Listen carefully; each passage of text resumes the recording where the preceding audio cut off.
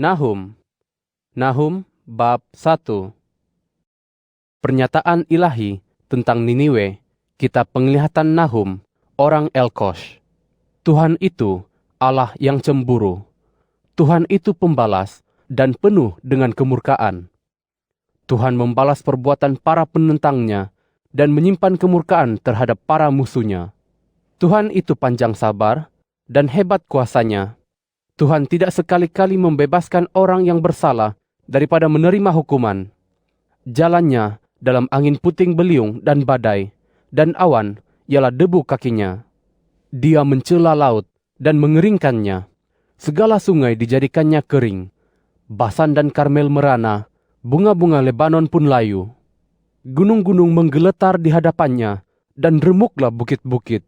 Bumi terlambung-lambung di hadapannya, dunia dan seluruh penduduknya. Siapakah yang dapat bertahan di hadapan kemurkaannya? Siapakah yang dapat menanggung bahang amarahnya? Murkanya tercurah seperti api, batu-batuan dirobohkan olehnya. Tuhan itu baik, dialah benteng pada masa kesesakan. Dia mengenal mereka yang berlindung padanya. Tetapi dengan banjir yang melanda, dia akan sepenuhnya memusnahkan Niniwe. Dia akan mengejar para musuhnya ke dalam kegelapan. Apa-apa sahaja rancanganmu melawan Tuhan akan sama sekali ditamatkannya. Kesesakan tidak akan timbul dua kali. Tentunya mereka akan dihabiskan sama sekali, bagai minuman para pemabuk, bagai duri-duri yang berbelit-belit dan seperti tunggul jerami kering. Daripadamu, wahai Niniwe, telah muncul orang yang merancang kejahatan terhadap Tuhan, yang memberikan nasihat dursila. Beginilah firman Tuhan. Sekalipun mereka kuat dan amat ramai sekali, mereka akan tercantas dan lenyap. Sekalipun aku telah menderitakan kamu, wahai Yehuda, aku tidak akan menderitakan kamu lagi. Sekarang aku akan mematahkan kuk Asyur dari atasmu dan memutuskan tali-tali pengikatmu. Tuhan membuat ketetapan tentang engkau, wahai Niniwe. Tidak akan ada lagi penerus namamu. Aku akan melenyapkan patung ukiran dan patung tuangan di dalam kuil berhalamu. Aku akan menyediakan kuburmu, kerana engkau ini hina. Lihatlah, di atas gunung-gunung tampak kaki orang yang membawa kabar baik, yang mengkabarkan kedamaian.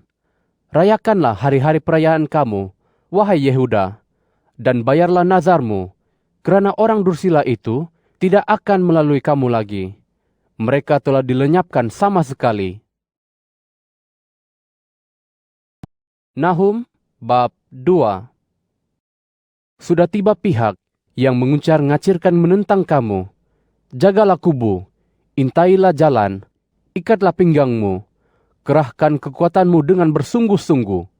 Tuhan akan memulihkan keagungan Yakub seperti keagungan Israel. Kerana para penjara telah menjarahnya dan memusnahkan cabang-cabangnya. Perisai para kesatrianya merah, merah menyala pakaian anggota tenteranya yang gagah perkasa. Berkilat-kilat memancar keluli pada rata-rata pada hari persiapannya. Tombak-tombak sanubar diayunkan. Rata-rata dipacu bergegas-gegas di jalan, berlari ke sana kemari di lapangan. Bercahaya-cahaya seperti obor, larinya seperti kilat. Para perwiranya dikerahkan, mereka tersandung ketika marah. Mereka bersegera ke tembok kota, dan alat pengepungan telah disiapkan. Pintu-pintu gerbang dekat sungai terbuka, istana gempar. Permaisuri ditelanjangi, lalu dia dibawa pergi. Para dayangnya meratap dan mengerang dengan suara seperti burung merpati, sambil memukuli dada sendiri. Niniwe seperti kolam air sejak zaman dahulu. Tetapi semuanya itu mengalir lenyap. Orang berteriak, "Bertahan! Bertahan!" Tetapi tidak ada yang berpaling. Rampaslah perak, rampaslah emas. Tidak ada habisnya khazanah itu, kelimpahan segala barang yang indah-indah.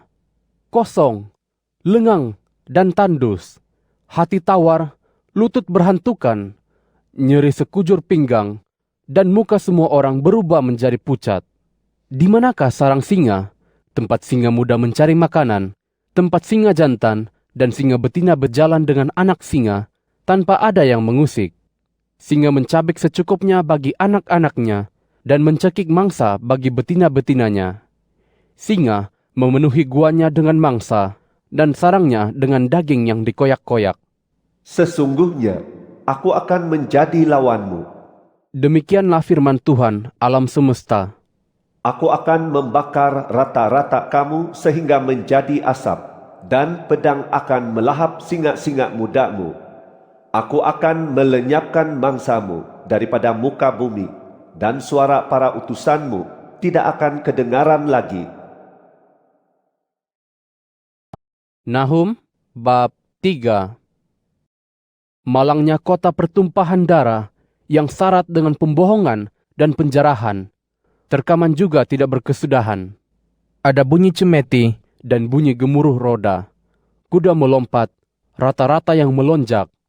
Kemarahan pasukan berkuda, pedang menyala-nyala, dan tombak berkilat-kilat. Banyak yang terbunuh, dan bangkai bertimbun-timbun. Mayat terus tidak terputus-putus.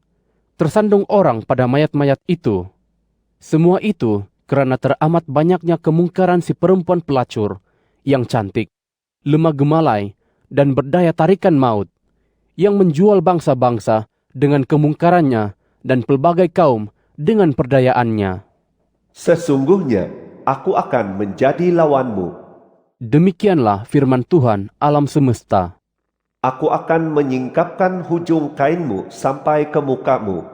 Aku akan memperlihatkan ketelanjangan kamu kepada bangsa-bangsa dan aibmu kepada kerajaan-kerajaan. Aku akan melemparkan segala kotoran dan yang cabul kepadamu. Aku akan menghina engkau dan membuat kamu menjadi bahan tontonan. Semua yang memandang engkau akan lari meninggalkan kamu sambil berkata, Niniwe sudah rosak, siapa akan meratapinya? Dari manakah harus kucari para penghibur buatmu?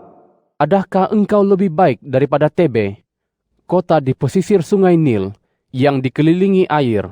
Bentengnya ialah laut, temboknya ialah air. Kush dan Mesir ialah kekuatannya tanpa terbatas. Put dan Libya para pembantunya. Tetapi dia sendiri dibuang negeri, ke tempat penawanan. Bayi-bayinya pun dihempaskan di hujung segala jalan. Orang mencabut undi atas para orangnya yang mulia. Semua pembesarnya diikat dengan rantai. Engkau pun akan menjadi mabuk. Engkau akan bersembunyi. Engkau pun akan mencari tempat berlindung daripada musuh. Segala kubumu seperti pokok ara dengan buah-buah hasil pertamanya. Jika digoncang, maka jatuhlah buahnya ke dalam mulut si pemakannya. Lihat, pasukanmu seperti perempuan sahaja di tengah-tengahmu. Pintu-pintu gerbang negerimu terbuka lebar untuk para musuhmu. Palang-palang pintumu dimakan api. Timbalah air untuk menghadapi masa pengepungan. Kukuhkanlah kubu-kubumu. Pijaklah tanah liat. Injak-injaklah lumpur. Peganglah cetakan batu bata. Di sana, api akan melahap kamu. Pedang akan melenyapkan kamu dan memakan engkau seperti belalang pelahap. Gandakan bilangan kamu seperti belalang pelahap. Ramaikan bilangan kamu seperti belalang besar. Engkau memperbanyak pedagangmu melebihi bintang-bintang di langit.